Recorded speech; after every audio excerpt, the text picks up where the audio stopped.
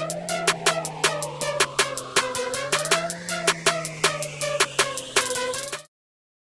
selamat pagi anak ibu semuanya. Semoga anak ibu tetap dalam keadaan sehat.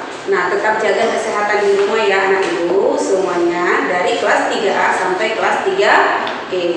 Nah, materi pembelajaran kita kali ini tetap di tema 2 dan subtema 4 tentang menyayangi hewan. Nah, kita akan belajar di pembelajaran 4 sampai 6. Nah, coba anak-anak ibu perhatikan gambar berikut. Nah, kita lihat sebentar gambarnya. Nah, setelah kita melihat gambar ini, nah, dari gambar-gambar tersebut, apakah anak-anak ibu mengetahui apa yang sedang dilakukan Benny? Nah, kita lihat apa yang sedang dilakukan Benny. Dari gambar tersebut kita bisa membuat sebuah cerita tentang kegiatan yang dilakukan Benny. Nah, gambar yang pertama tadi, Benny pergi ke toko ikan untuk membeli makanan ikan. Nah, di gambar yang kedua kita perhatikan lagi, Benny selalu rutin memberikan makan ikan setiap hari. Coba kamu perhatikan gambar yang kedua dan yang ketiga. Dan yang gambar yang keempat, Benny juga tidak lupa membersihkan akuarium ikannya supaya tidak kotor. Nah, kita lanjut. Nah, anak-anak ibu juga bisa membuat sebuah cerita dengan bahasa kita sendiri. Tetapi ceritanya harus sesuai dengan gambar yang tertera. Nah, sebelum kita membuat sebuah cerita, jadi kita harus tahu dulu bagaimana atau hal-hal apa yang harus kita perhatikan di dalam merawat ikan. Nah, hal-hal yang pertama yang harus kita perhatikan dalam merawat ikan adalah yang pertama, pilih ukuran akuarium atau kolam sesuai ukuran ikan.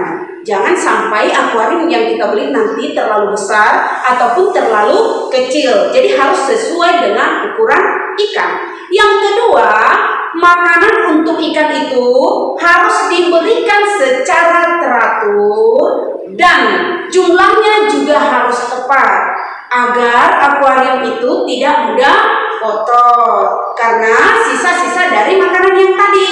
Nah, yang ketiga, kita harus bisa mengatur arus air di dalam akuarium karena beberapa jenis ikan hias harus memiliki arus air yang sesuai dengan habitat aslinya. Kenapa? Karena arus air nanti yang terlalu kencang bisa mematikan ikan-ikan yang ada di dalam akuarium.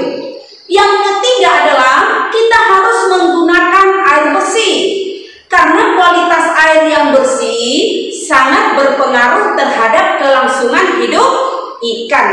Dan yang kelima adalah jika keadaan kolam sudah keruh atau kotor, maka kita harus segera menggantinya dengan air baru atau air yang bersih. Nah, selanjutnya kita perhatikan di sini gambar, yaitu gambar Pak Nelayan. Nah, kita lihat dulu satu persatu. Nelayan adalah panggilan terhadap orang yang bekerja menangkap ikan setiap hari. Nah, Pak Nelayan menggunakan jaring untuk menangkap ikan.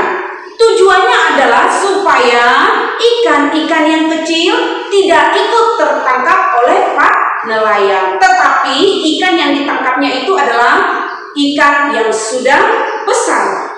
Nah, karena ada sebagian orang, para nelayan ada yang berbuat curang pada saat menangkap ikan di laut. Ada yang menggunakan bahan peledak ataupun menggunakan racun. Nah, itu sangat berbahaya bagi habitat ikan. Yang kedua, kita lihat di sini, nelayan menggunakan jaring untuk menangkap ikan di laut. Nah, Lalu hasil tangkapannya itu nanti akan dijual kepada pedagang ikan. Nah, apakah anak-anak ibu tahu apa itu profesi? Sekarang kita beralih dengan profesi. Profesi itu adalah bidang pekerjaan dengan keterampilan tertentu. Nah, tadi kita sudah melihat Pak Nelayan. Dari kita perhatikan lagi gambarnya. Dari gambar tersebut kita dapat mengetahui dua macam profesi. Yang pertama ada nelayan. Pekerjaannya adalah menangkap ikan. Dan yang kedua adalah pedagang ikan. Pekerjaannya adalah menjual ikan hasil tangkapan Pak Nelayan tersebut. Nah, kita lihat lagi selanjutnya contoh profesi yang lainnya, yaitu adalah guru. Guru pekerjaannya adalah mengajar dan mendidik siswa di sekolah. Profesi yang selanjutnya adalah ada dokter. Dokter pekerjaannya adalah memeriksa dan mengobati pasien. Nah, bukan hanya itu saja, nah, masih banyak lagi profesi-profesi yang lainnya. Contohnya adalah anak ibu. Tugas anak ibu adalah di sekolah. Kamu berprofesi sebagai peserta didik. Nah, tugas kamu adalah mendengarkan pelajaran yang diberikan oleh Bapak Ibu guru. Ada juga di sekolah kita ini yang berprofesi sebagai petugas keamanan. Nah, tugasnya adalah menjaga keamanan lingkungan sekolah. Dan masih banyak lagi contoh-contoh profesi yang lainnya. Nah, pada pembelajaran sebelumnya kita sudah belajar tentang hewan peliharaan dan hewan yang tidak bisa dipelihara. Nah, contoh hewan peliharaan ada ikan, ada kelinci, ada ayam. Nah, ada contoh kemarin yang Ibu jelaskan, ada hewan peliharaan dan ada hewan yang tidak bisa dipelihara. Contoh hewan yang tidak bisa dipelihara itu adalah hewan buas. Nah, tetapi hewan buas ini, nah, contohnya hewan buas itu ada gajah, ada harimau, ada beruang. Ini bisa kita gunakan atau bisa kita latih untuk melakukan sebuah kegiatan atau atraksi sirkus. Nah, pada saat kita sudah melatih hewan tersebut, maka bisa kita lakukan sebuah pertunjukan. Nah, sebelum kita lihat pertunjukan hewan-hewan tersebut, kita lihat dulu. Nah, hewan yang sudah dilatih bisa kita lakukan dalam berbagai kegiatan seperti bisa berbaris, bisa mengendarai sepeda, bisa menari. Nah, kita juga dapat melihat hewan-hewan yang dilatih itu dalam sebuah pertunjukan sirkus. Nah, kita lihat di sini dalam sebuah kelompok sirkus ada hewan dilatih dan harus dirawat dengan baik. Selain dilatih, hewan-hewan tersebut juga harus diberi makan dan dibersihkan badannya dengan teratur. Nah, para pelatih itu juga harus bisa menyayangi hewan-hewan asuhannya. Nah, kita lihat gambar berikut. Ini adalah sebuah pertunjukan sirkus atau atraksi hewan. Di gambar yang pertama ada harimau sedang melakukan pertunjukan yaitu melompat lingkaran api. Di gambar yang kedua ada harimau sedang melakukan pertunjukan berdiri. Dan gambar yang ketiga ada beruang. Beruang sedang melakukan pertunjukan yaitu mengendarai sepeda motor. Nah, kita lanjut. Di dalam sebuah pertunjukan sirkus, maka kita bisa menemukan berbagai orang dengan peran dan tugas yang berbeda-beda. Kita lihat satu persatu. Nah, ada yang bertugas melatih hewan-hewan agar dapat tampil dengan baik. Nah, selanjutnya ada yang berperan sebagai pegawai sirkus. Tugasnya itu adalah untuk menyiapkan tempat pertunjukan. Dan ada juga yang berperan sebagai pegawai yang tugasnya adalah menjual tiket masuk pada sebuah pertunjukan atau sirkus tadi. Nah, itu dia di dalam memelihara hewan peliharaan, tentunya kita harus menyayangi hewan tersebut dan juga bisa merawat hewan tersebut dengan baik.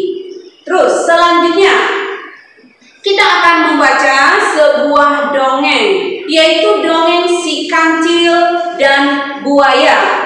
Dongeng atau cerita Si Kancil dan Buaya ini bisa kamu lihat nanti kamu baca pada buku tema kamu, yaitu di halaman 197 sampai halaman 198. Nanti kamu baca baik-baik isi cerita tentang Si Kancil dan Buaya. Nah, kamu bisa nanti membacanya ya di rumah. Nah, sekarang pada saat kamu membaca cerita Si Kancil dan Buaya, nanti kita akan menemukan di situ berbagai jenis tokoh.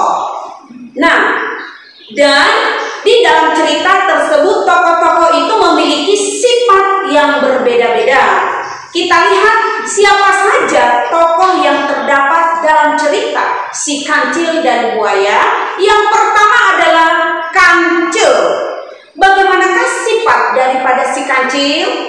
Si Kancil memiliki sifat yaitu hewan yang cerdik, memiliki banyak akal, dan suka berbohong.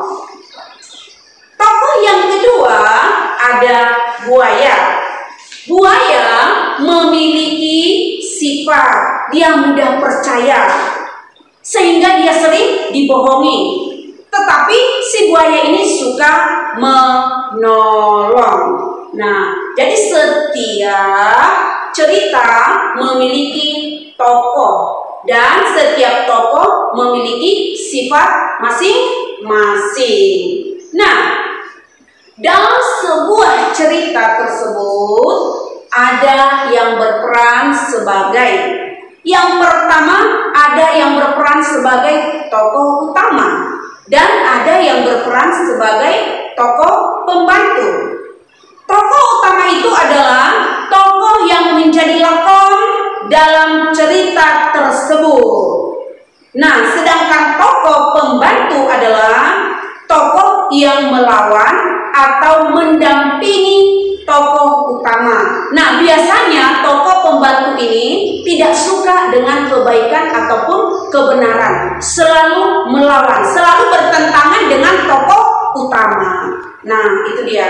Nah, jadi anak-anak ibu nanti di rumah bisa berbagi peran membuat sebuah cerita. Ada yang berperan sebagai ibu, ada yang berperan sebagai ayah, ada juga yang berperan sebagai anak. Tentunya di dalam tokoh yang berperan sebagai ibu, ayah, dan anak tadi pasti memiliki juga sifat yang berbeda. Nah, dari penjelasan ibu dari awal, ibu harapkan anak-anak ibu bisa memahami apa yang sudah ibu jelaskan tadi. Kalau ada anak-anak ibu yang kurang paham atau belum jelas tentang apa yang ibu jelaskan tadi, boleh ditanya sama bapak ibu guru. Nah, sekian dulu penjelasan ibu di pembelajaran 4 sampai 6 ini. Ibu ingatkan kembali, jangan lupa tetap jaga kesehatan di rumah. Terima kasih.